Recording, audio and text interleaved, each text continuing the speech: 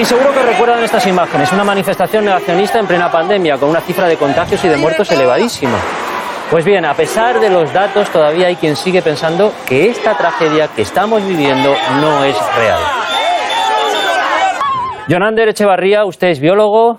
Buenos días. Acaba de entrar como asesor en la coordinadora Sin Miedo, donde se cuestiona, si me equivoco me corrige, el relato oficial de lo que está pasando, el relato oficial de la pandemia. Sí, buenos días. Sí, la cuestión es que, desde el punto de vista de la ciencia, lo mínimo que tiene que haber, lo que no puede haber es un discurso único, lo mínimo que tiene que haber es una duda razonable.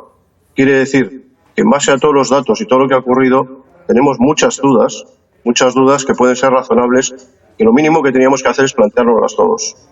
¿Se considera usted negacionista para empezar a hablar? No, tajantemente no.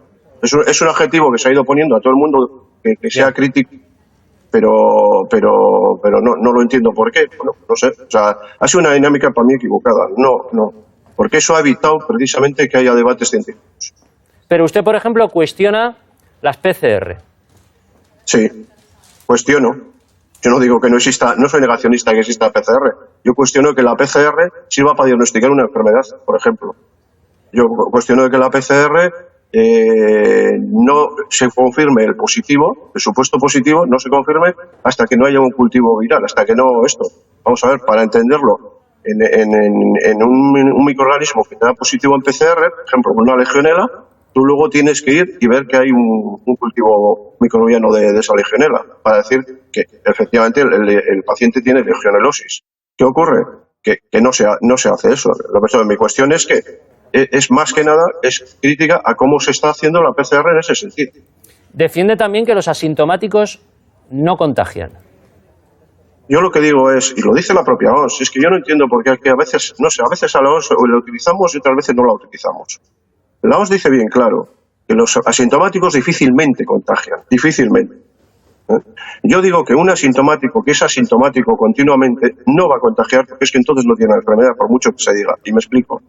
Un asintomático, una persona puede ser asintomática, dar PCR positivo, y ese PCR positivo, ¿por qué no a los 2 días? A los 2 días no se ha hecho un seguimiento para confirmar si ese PCR es positivo, no por hacerlo otra PCR, sino porque tiene síntomas, porque al final una enfermedad, que yo que sepa, en la medicina, se debe diagnosticar con la clínica de la enfermedad, por así decirlo. Y yo soy biólogo, soy médico, no soy médico, pero claro, tiene que diagnosticarse con la clínica de la enfermedad.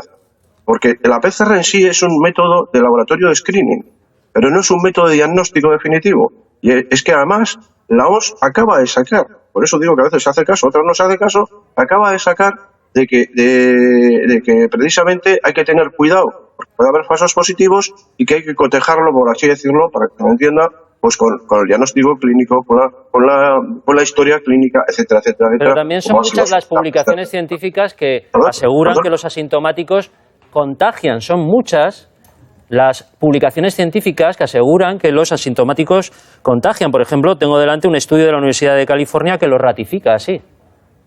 No, yo me refiero a que eso se puede hacer un estudio así, pero mira, es como decir, ¿dónde está, por ejemplo, los estudios de que la gente se contagie en la hostelería, por ejemplo? Pues me podrás decir que igual hay estudios, yo no lo veo muy concreto. Yo he preguntado esos estudios, no hay por ningún lado. ¿Por qué no se contagia la gente? Y también pone en duda el confinamiento estricto, ¿no? Como solución. Bueno, el confinamiento estricto lo pongo en duda. Yo todo esto que pongo en duda son reflexiones. Reflexiones que la gente mínima, y sobre todo la gente de la ciencia, tenía que ponerse encima de la mesa. Cuando hay un confinamiento estricto en países como Reino Unido, y estoy hablando de marzo-abril, en Reino Unido o España o un país más, ¿no? O sea, cuando hay ese confinamiento estricto, lo que ocurre es que si tú coges los datos, donde más tasa de mortalidad ha habido precisamente es en los países que han hecho confinamiento estricto.